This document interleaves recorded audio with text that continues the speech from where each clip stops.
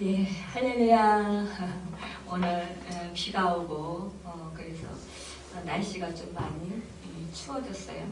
그런데 또 오늘 거룩한 길, 또 올가을에는 참 하나님이 열매를 풍성하게 주시고 또 그 과일이 참 모든 과일이 다 달고 맛있는 것 같아요. 올해는 다른 해보다도 모든 것을 더 하나님께서 풍족하게 주셔서 너무나도 또 이렇게 감사하게 또 지낼 수 있게 해주셔서 얼마나 감사한지 몰라요. 오늘 말씀의 제목은 은혜 받을 때에 은혜를 받고 구원의 날에 구원받자라는 제목으로 함께 또 말씀을 들으면서 우리가 은혜 받는 귀한 시간 되겠습니다. 참 예수 그리스도가 십자가의 죽으심으로 속죄 정말 모든 그 사업은 완성이 되었어요. 우리는 화목되었고 우리 십자가의 그 주님의 그 은혜로 우리 그리스도께서 이제 재림하실 때까지는 하나님께서 우리 그 인간을 위해서 구원하실 시기인 것을 볼 수가 있어요. 또 성령으로 은혜를 주시는 지금의 때입니다. 우리 이때에 그 하나님께서 만민에게 구원을 공개하심으로 은혜를 표현하시는 때이기도 해요. 그런데 이 같은 은혜의 때가 지나면 그 다음의 시기는 심판의 시기로 예수 그리스도를 믿지 않는 자는 심판과 심판을 받고 멸망에 처하게 됩니다. 우리는 참 지금 하나님께서 우리를 택해 주시고 구원해 주신 그 은혜가 얼마나 감사한지 몰라요. 지금은 이제 성령의 시대라고 해요. 그리고 그 하나님께서 성령의 시대이지만 또 무한제한적으로 구원하시려는 그런 목적을 가지시고 지금 은혜의 때를 베풀어 주시고 계십니다. 사실상 그 은혜의 때는 우리가 죽을 죄를 지었지만은 하나님 앞에 그 회개하면 다 용서를 받고 또 구원을 받아요. 그러나 은혜의 때가 끝나면 하나님의 그 심판의 시대가 우리 앞에 오게 됩니다. 그런데요, 지금 이 시대에 정말 우리가 은혜를 받고 그 구원의 날에 구원을 더욱더 받아야 되지 않겠습니까? 이 같은 그 구원의 때를 놓치면 마치 그 노아 시대에 그 방주문이 열렸을 때 방주에 올라타지 않은 사람들처럼 그렇게 구원받지 못하고 결국 죽은 자와 같이 그렇게 될 것이에요. 우리는 그 노아 시대 때를 잘 알고 있어요. 하나님께서 죄악이 관영하자 그 홍수 심판을 하십니다. 그럴 때 그 노아의 그 가족만이 구원을 얻게 되는 경우를 보게 돼요. 참으로 안타까운 일은 많은 사람들에게 아마 노아가 방주를 지으면서 그 복음의 소식을 전했을 것입니다. 이제 그 홍수 심판이 내려질 것이고 이 방주를 짓는데 여보게 자네도 이 방주에 들어오기를 바라네. 그러면서 그 모든 제약된 것을 버리고 하나님께로 돌아오게라고 말하지 않았겠어요? 그런데도 그 사람들은 그 말을 듣지 않았습니다. 지금 우리의 이 시대에도 마찬가지예요. 우리도 예수 그리스도를 믿으면 구원을 얻는다라는 걸 우리가 예수님만이 생명이라는 것을 우리가 선포하고 또 복음을 전합니다. 그러한데도 불구하고 많은 사람들이 그 생명의 복음을 들었음에도 불구하고 많은 사람들이 주께로 돌아오지 않는 그런 안타까운 그런 실정이 있어요. 그런데 하나님께서는 이 때를 언제까지 여실지 우리는 몰라요. 우리 주님께서는 분명히 이제 내가 다시 오리라 이렇게 말씀을 하셨어요. 그렇지만 그 종말의 때 예수 그리스도의 재림의 때에 대해서는 하나님 아버지밖에는 아무도 모른다고 말씀하셨어요. 심지어 하나님이시고 우리 하나님의 아들이신 예수 그리스도께서까지도 그 때를 모르신다고 말씀하셨어요. 오로지 하나님 아버지만이 홀로 아신다고 말씀하셨습니다. 그것은요, 우리 구원을 받는 자에게 지금 그 구원의 때가 열려있고 은혜의 때가 열려있어요. 그럼에도 불구하고 하나님께서는 한 사람이라도, 한 영혼이라도 더 주께로 돌아오기를 기다리고 계신다라는 거예요. 그래서 열려있다라는 거예요. 그렇지만 하나님이 그 작정하신 그 때가 되면 하나님께서 그 구원의 때, 은혜의 때의 문을 닫으시면 다시 그 문을 열고 싶어도, 그 문 안으로 들어오고 싶어도 들어올 수 없다라는 것입니다. 우리는 이 사실을 너무나 잘 알고 있어요. 그래서 안타까워서 내가 사랑하는, 정말 내 부모님과 내 형제, 또 내 자매, 또한 이웃, 친구, 친척들에게 우리는 힘써서 복음을 전합니다. 그럼에도 불구하고 그들이 그 복음을 거절할 때 우리는 너무 안타까움을 느끼고 정말 절통하고 애통해요. 그런데 사실상 그러면서도 우리가 또한 한편으로는 상처를 받잖아요. 저도 수시로 정말 때를 어떤지 못 어떤지 힘써서 저희 이제 그 동생이나 오빠들에게 또 이제 그 친구들에게 또 그 친척들에게 복음을 힘써서 전합니다. 정말. 그런데요, 거절당할 때마다 왜 제가 버림받는 느낌이 드는지요? 왜 제가 거절당하는 그런 아픔이 느껴지는지요? 그러면서 가슴이 답답하고 참 힘들고 안타깝고 그 영혼도 불쌍하지만 또 이렇게 늘 거절당함에도 불구하고 계속해서 쉬지 않고 그들의 영혼을 위해서 기도하고 또 그들이 그 구원의 문 안으로 들어오기를 간절히 소망하면서 또 거절을 당할지라도 포기하지 않고 끝까지 계속해서 기다리면서 또 참아주고 인내하면서 다시 힘을 내서 또 복음을 전하고 계속 이것을 반복합니다. 이런 마음 상태, 이런 것을 보면서요, 하나님 아버지 마음은 어떠실까를 생각해요. 야, 이 거절당하는 것, 이 기분이 내 기분이라기보다가 하나님 아버지의 기분이시겠구나. 우리 주님의 기분이시겠구나. 정말 버림받는 그 마음이, 것 같은 그런 마음의 상태가 우리 하나님 아버지의 마음 상태가 아닐까라고 생각을 해봐요. 우리는 사랑하는 자녀라 할지라도 자녀가 내 말을 듣지 아니하고 또 자꾸만 그 악한 길로 그렇게 나갈 때 그 부모의 마음은 정말 가시를 찌르는 것 같은 그런 아픔을 느껴요. 그리고 피 흘리는 것 같은 그런 고통을 느낍니다. 그러한데 우리 하나님 아버지께서 계속해서 우리 사랑하는 자녀들에게 감동을 주시고 또 믿음을 주셔서 복음을 계속 전하고 또 하나님께로 속히 돌아오기를 바라고 또 예수를 믿지만 또 하나님께 올바로 온전하게 그렇게 서 있지 못하는 그런 우리 주변에 그 믿음의 형제자매들이 있잖아요. 그런 형제자매들에게도 이렇게 돌이켜야 돼. 빨리 그 예배가 회복돼야 돼. 빨리 주님 사랑 회복해야 돼. 그러면서 이제 언제 주님이 재림하실지 몰라 이렇게 우리가 권면을 합니다. 그런데 그럴 때에도 그냥 듣는 둥 마는 둥 하면서 거절하면서 또 여전히 그 모습이 변화되지 않을 때 우리는 사실상 마음의 상처를 많이 입어요. 그럴 때 저는 이런 음성을 많이 들어요. 가끔가다. 너를 버린 것이 아니라 너의 말을 듣지 않는 것이 아니라 내 말을 듣지 않는다. 나를 버렸다. 이 음성을 들어요. 그럴 때 그러시군요. 제가 당하는 이 아픔이, 이 슬픔이 주님의 아픔이었고 주님의 슬픔이었군요.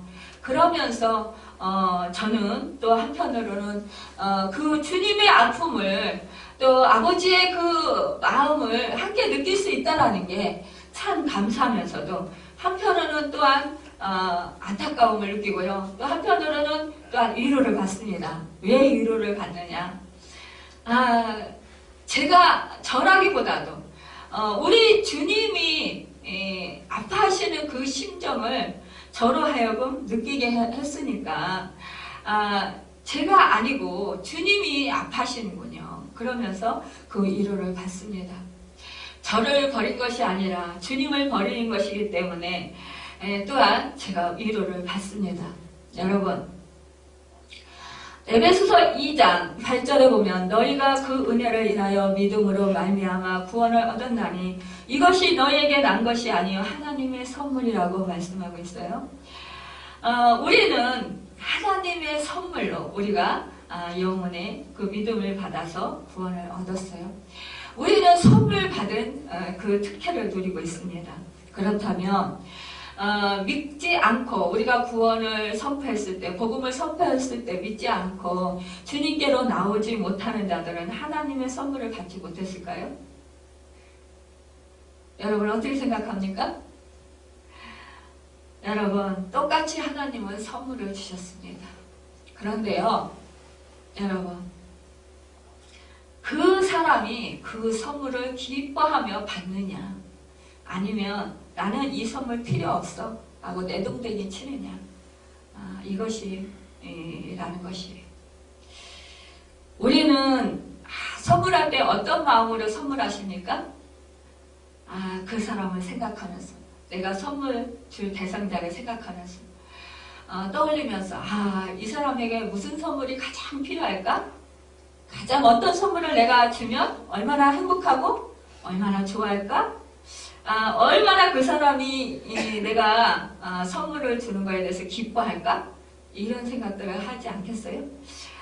내가 그 사람이 가장 기뻐하고 좋아할 가장 귀한 선물을 주고 싶은 그것이 우리의 마음이에요.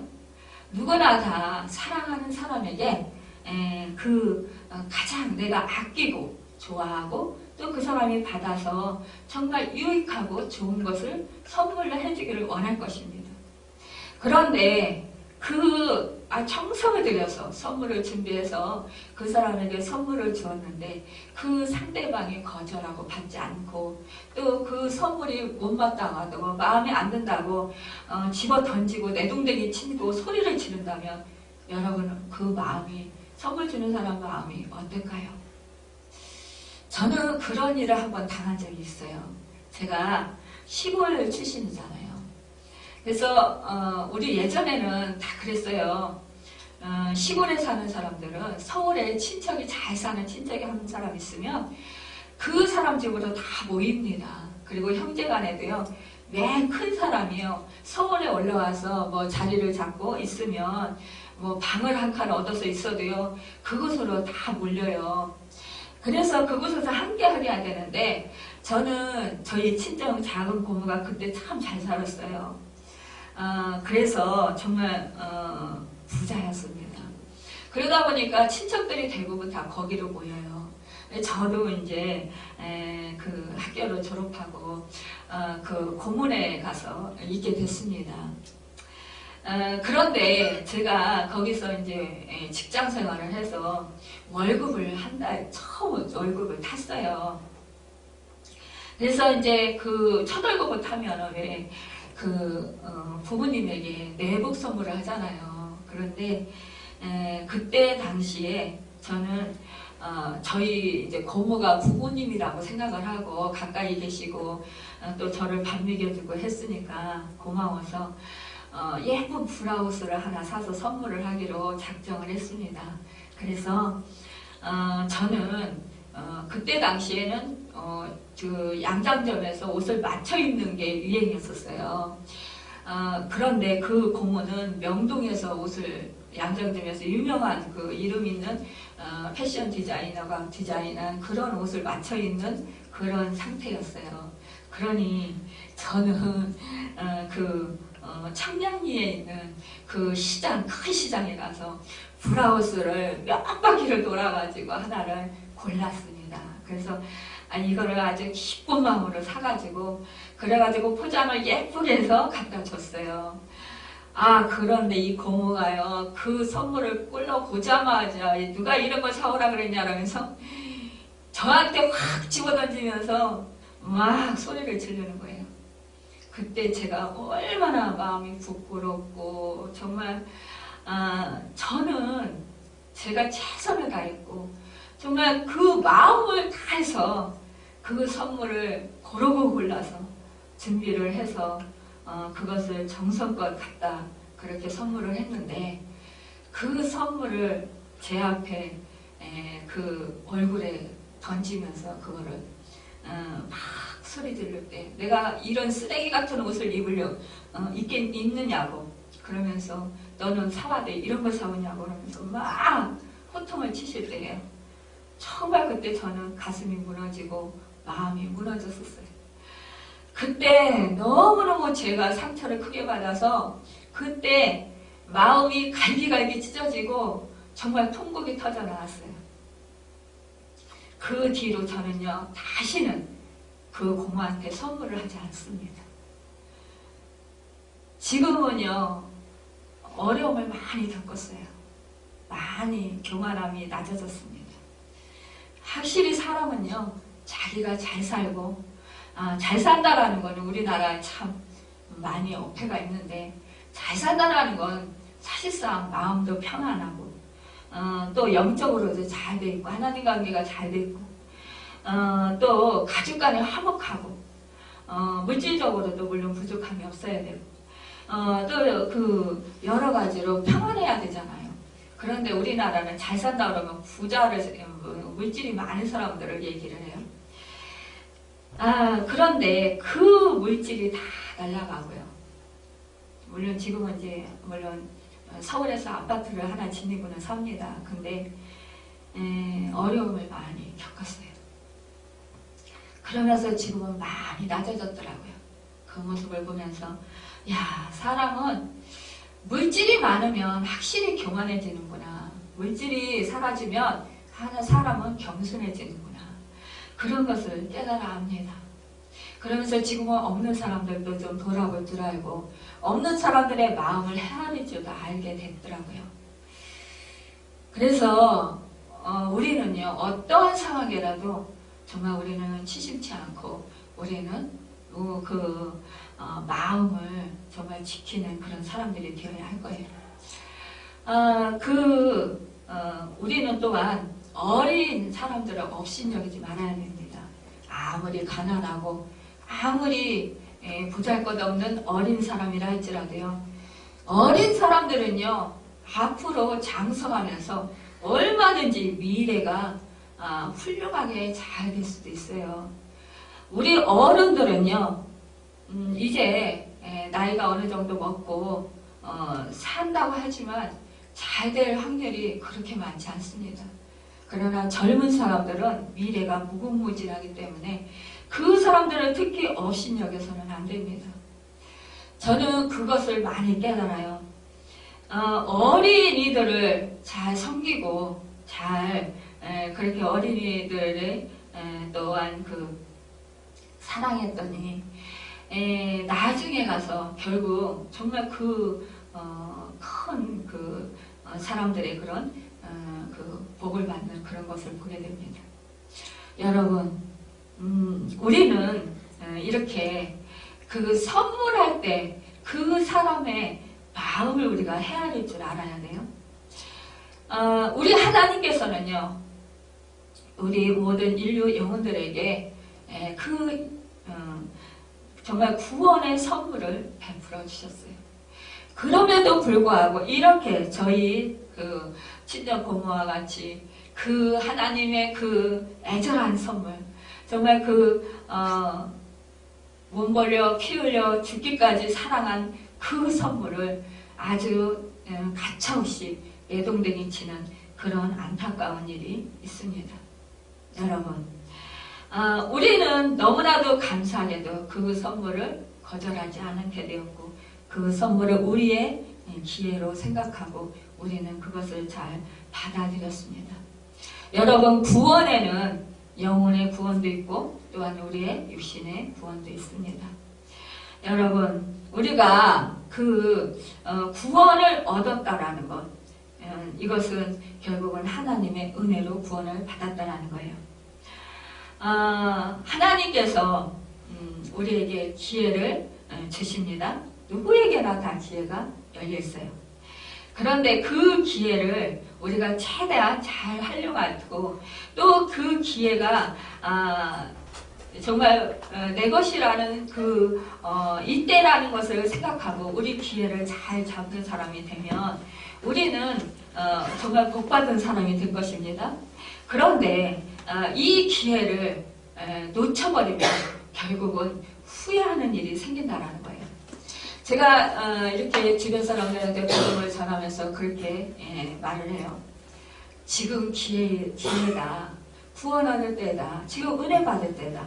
지금 은혜 받고 지금 구원 받자. 나중에 가서 정말 애통하고 절통해하면서 통곡하면서 후회하지 말자 라고 제가 권고를 합니다. 여러분, 그 바울은 은혜 받을 만한 때와 구원의 날에 대해서 언급하고 있는데, 바울은요 지금이라는 시간을 중요하게 부각시킴으로써 오늘을 귀하게 여기도록 권고하고 있습니다. 지금이란 넓게는 그리스도의 십자가 사건 이후부터 심판의 날까지를 말하는 것이지만, 좁게는요 권면을 받은 오늘 지금 이 순간, 가장 확실한 순간을 말하고 있는 것입니다. 모든 일에는요 때가 있어요. 하나님께서는 정하신 때를 따라서 역사하시고 때를 잘 분별하는 지혜를 주시기를 원하십니다. 여러분, 주께서 우리에게 오시면 주의 은혜의 해를 전파하게 하려 하심이라 하였다라고 누가복음 4장 19절에서 말씀하고 있어요. 은혜의 해란 희년을 말해요. 구약에서 그 희년이란 안식년을 7번 지내고 50년째 되는 해가 바로 희년해예요. 이 희년은 해방의 해고요. 자유와 또 기쁨의 해입니다. 왜냐? 가나안 땅에 정착한 이스라엘은요, 모든 지파가, 모든 사람들이 동동하게 그렇게 땅을 분배받았어요. 그래서 그 땅을 분배받은 가나안 땅에 정착한 이스라엘 백성들은 경제적으로 평등했고 자유로웠어요. 그러나 이제 세월이 지나면서 어떠한 일들이 생기게 되고, 또 그러면서 불가피하게 이제 그 중에서 종일인 사람도 나오게 되었고요. 또 그 분배받은 그 땅을 팔아야 하는 그런 안타까운 일이 생기는 그런 사람들도 있었어요. 그렇지만 이제 그 하나님께서는요, 이 종된 사람이든 팔렸던 땅이든 희년이 되면 모두 이제 되돌려주라고 그렇게 명령을 하셨습니다. 그래서 해방시키시고 자유롭게 하셔서 가나안에 원래 처음에 그 정착했던 그때로 되돌아가도록 그렇게 했어요. 그래서 50년 희년은 해방과 자유의 해고 또 기쁨의 해입니다. 이 희년을 주님이 오신 자신이 그 오심을 이렇게 완성으로 그렇게 나타내셨어요. 디도서 2장 11절에서 12절에 보면 모든 사람에게 구원을 주시는 하나님의 은혜가 나타났다고 했습니다. 이러한 하나님의 은혜를 받아서 구원의 은총에 참여한 사람들이 있었으나 어떤 사람들은 은혜를 거절하였다라는 거예요. 그래서 히브리서 기자는요, 그 히브리서 4장 2절에 그들과 같이 우리도 복음 전함을 받은 자이나 들은 바 그 말씀이 그들에게 유익하지 못한 것은 듣는 자가 믿음과 결부시키지 아니함이라고 했어요. 그래서 바울은 자신과 일하는 자들에게 하나님의 은혜를 헛되이 받지 말라고 권고하였어요. 인간이 가장 쉽게 망각하는 것들 중에 하나가요, 바로 하나님께 받은 은혜를 잃어버리는 거예요. 특별히 하나님께 받은 은사와 능력을 체험하고도 쉽게 타락하는 그런 사람들을 보게 돼요. 사실상 참으로 안타깝게 우리 주변에 보면은요, 하나님께 성령 충만함을 받고요. 방언의 은사들을 대부분 많이 받아요.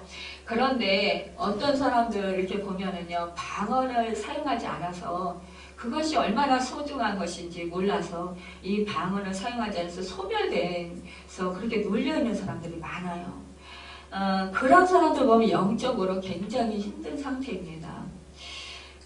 그래서 참으로 안타깝습니다. 또한 그 은사와 달란트, 하나님께 주신 그 선물들을 땅에 묻어두고요. 그 선물들을 사용하지 않아서 그 사람이 그 혜택을 누리지 못하고 사는 것을 볼 때 참으로 안타깝습니다.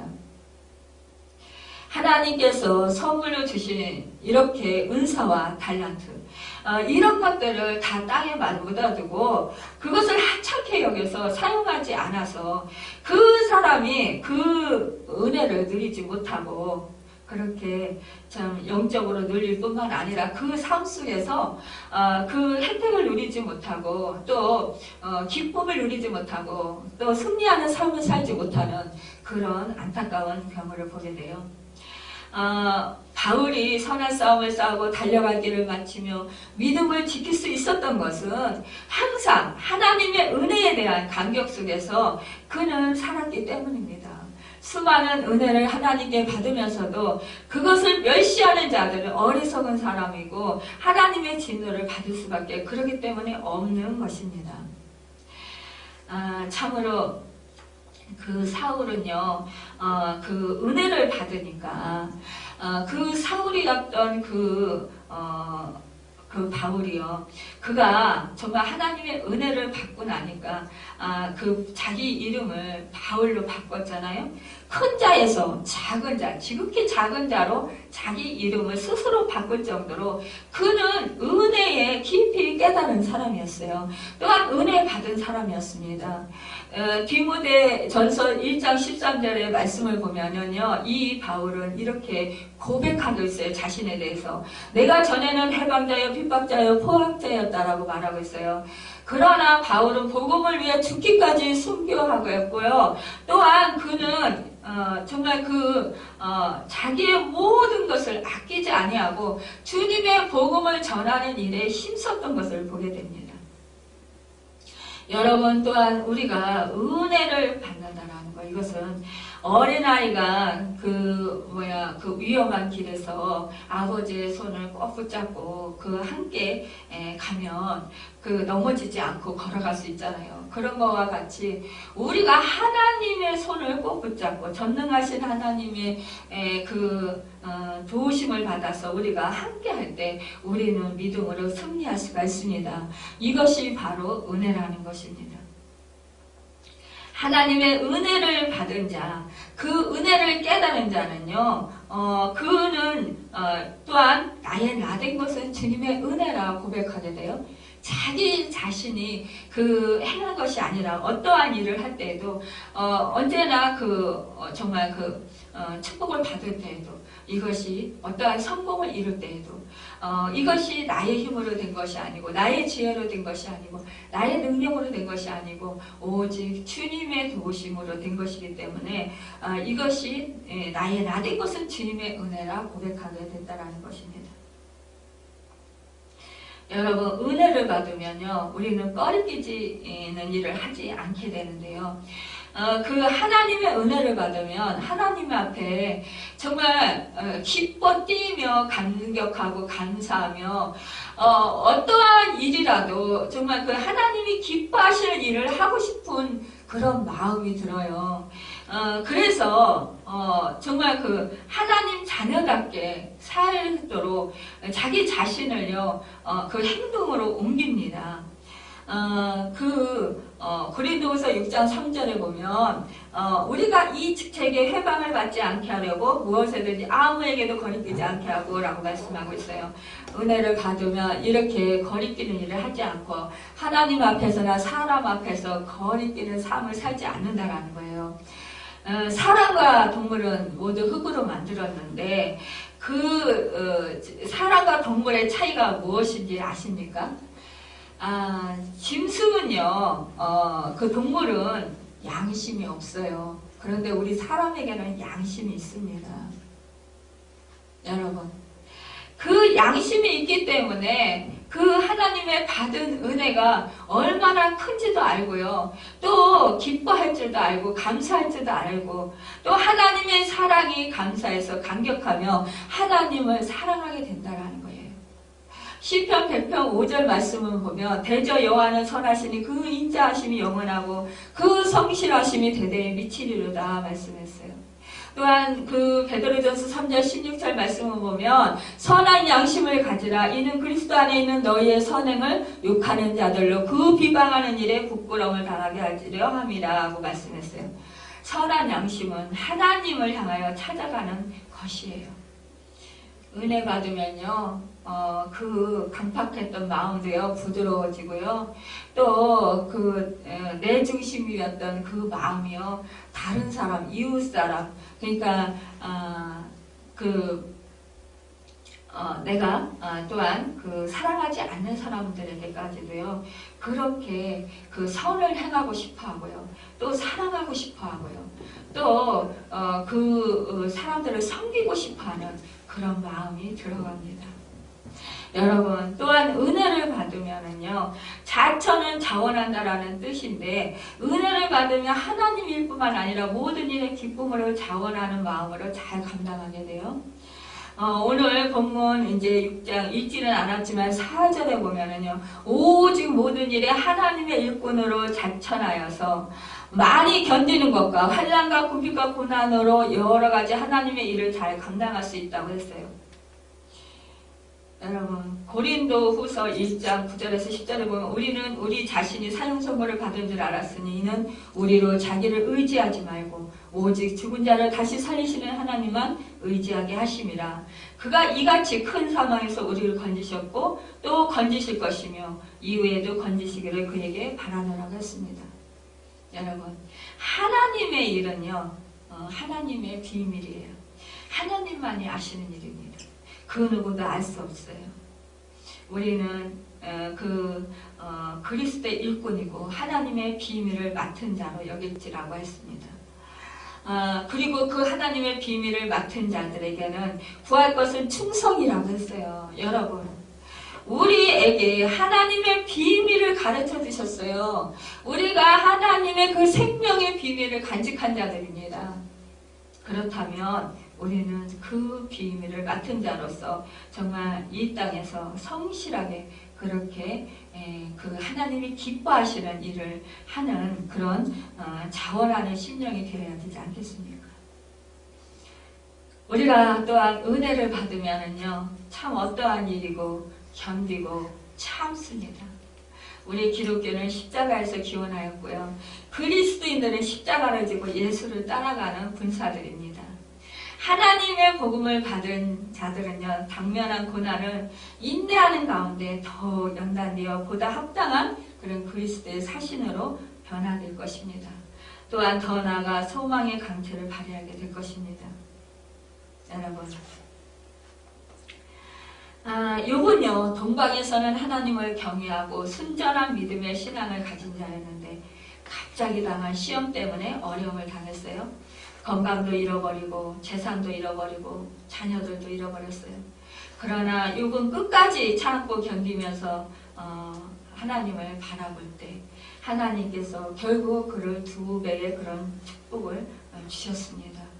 우리들도요 참지 못할 부분이 있다면 주님을 의지하고 성령님의 도우심을 받아 참고 견디면서 하나님께 받은 은혜를 생각하면서 나아가면 정말 복된 그런 모든 사명을 잘 감당하는 우리가 될 것입니다. 여러분 또한 그 은혜를 받으면 감격해요. 하나님의 사랑에 감사하게 됩니다. 나 같은 죄 구원받은 것이 얼마나 감사한지요. 또 하나님이 나를 얼마나 사랑하시길래 그 하나님의 아들을 아낌없이 나를 대신해서 그렇게 내어주기까지 사랑하셨을까 생각할 때 정말 우리는 그 갚을 길 없는 그 한없는 은혜에 감격하고 감사해서 통곡하게 돼요. 그래서 하나님의 뜨거운 사랑에 감사해서 하나님을 뜨거운 마음으로 사랑하게 됩니다. 여러분, 이사야서 40장 32절 말씀 보면 오직 여호와를 앙망하는 자는 새 힘을 얻으리니 독수리의 날개치며 올라간 같을 것이요 다름쥐각질하여도 곤비치 아니하겠고 걸어도 피곤치 아니하리로다 말씀했습니다. 예수님의 또 누가복음 22장 42절 말씀을 보면 가라사대 아버지여 만일 아버지의 뜻이거든 이 잔을 내게서 옮기시옵소서. 그러나 나의 원대로 마옵시고 아버지의 원대로 되기를 원하나이다 라고 고백하셨어요. 여러분, 그때에 43절 말씀을 보니까 사자가 하늘로부터 예수께 나타나 힘을 돋더라고 했습니다. 이후로 예수님은 십자가를 잘 감당하셨던 것입니다. 여러분과 저는 하나님의 받은 그 주신 그 은혜, 그 값없이 주신 그 선물에 우리는 감사하고 감격할 때 우리는 어떠한 그런 고난이 우리 앞에 있다 할지라도 우리는 견딜 수 있고 우리는 참고 인내할 수 있다라는 것입니다. 또한 마침내 이기고 승리할 수 있다라는 것입니다. 여러분, 은혜를 받으면 사람은 정말 그 성령의 감화 속에서 더욱더 깨끗하게 됩니다. 사람은 누구나 감정이 있어요. 그래서 조그만 억울한 소리를 들으면 감정이 폭발하게 돼요. 사도 바울도 전에는 예수 믿는 사람들을 핍박하고 죽이고 했지만 은혜 받고 성령의 감화 감동 속에서 정말 깨끗하게 변화되어서 하나님께서 주신 그 사명을 잘 감당했습니다.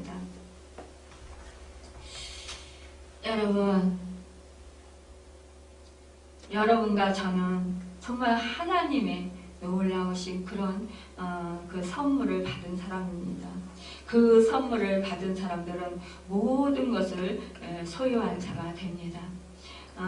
고린도후서 6장 9절에서 10절에 보면은요, 무명한 자 같으나 유명한 자요, 죽은 자 같으나 보라 우리가 살아있고, 징계를 받는 자 같으나 죽임을 당하지 아니하고, 근심하는 자 같으나 항상 기뻐하고, 가난한 자 같으나 많은 사람을 부유하게 하고, 아무것도 없는 자 같으나 모든 것을 가진 자로다 라고 기록하고 있습니다.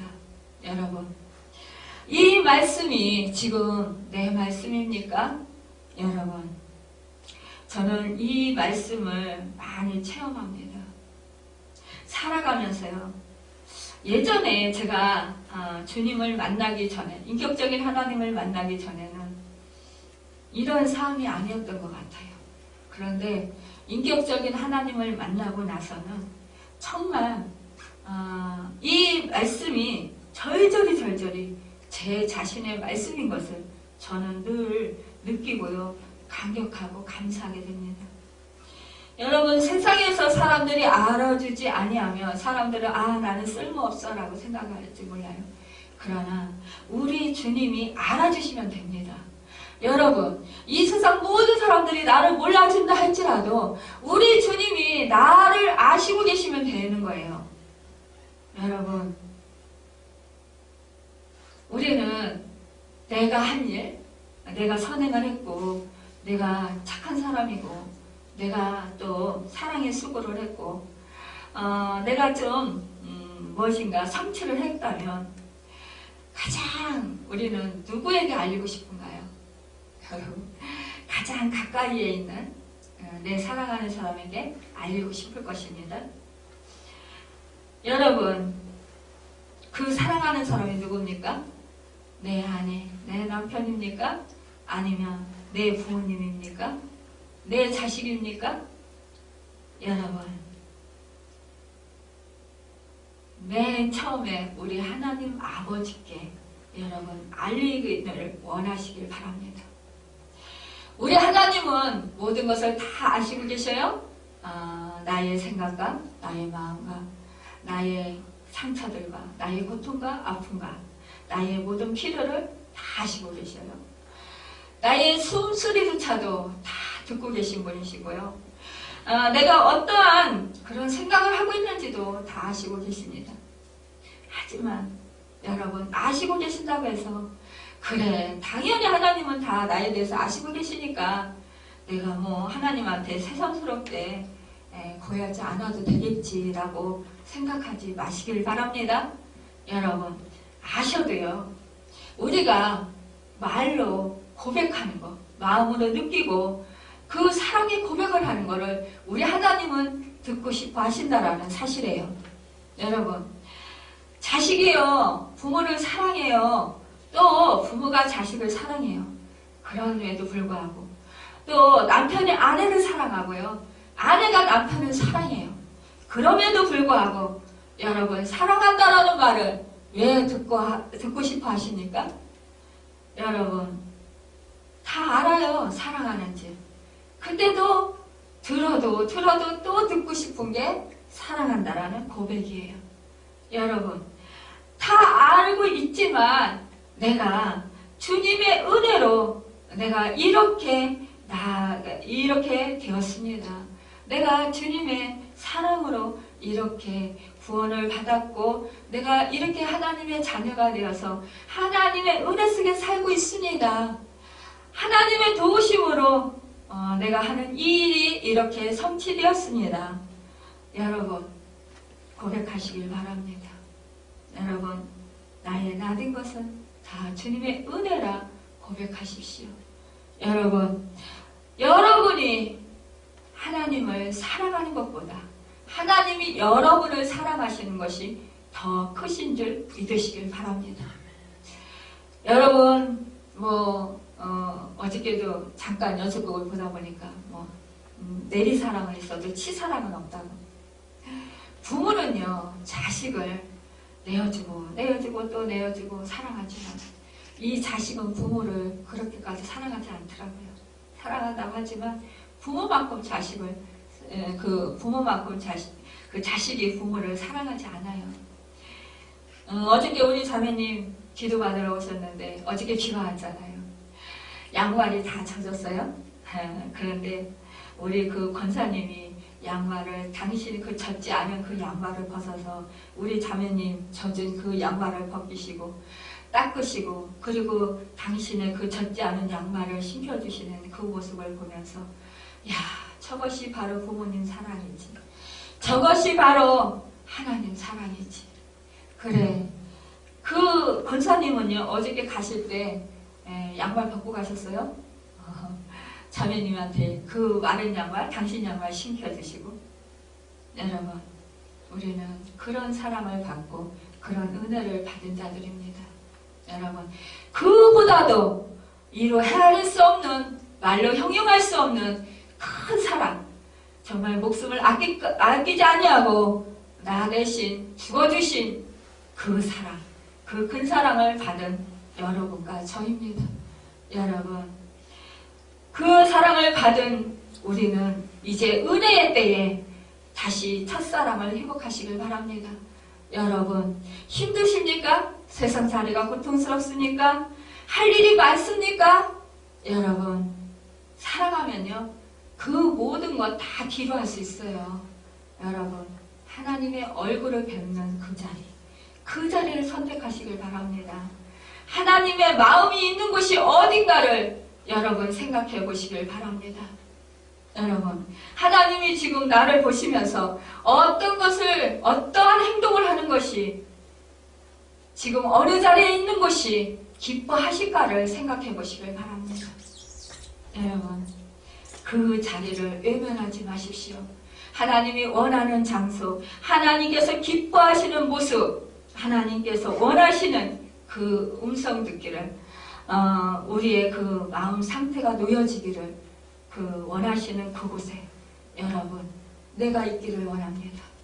여러분, 내 자신이 그 자리에 있을 수 있도록 여러분, 그렇게 성령을 의지하시고 힘써 기도하시고 예배 자리에 참석하시길 바랍니다.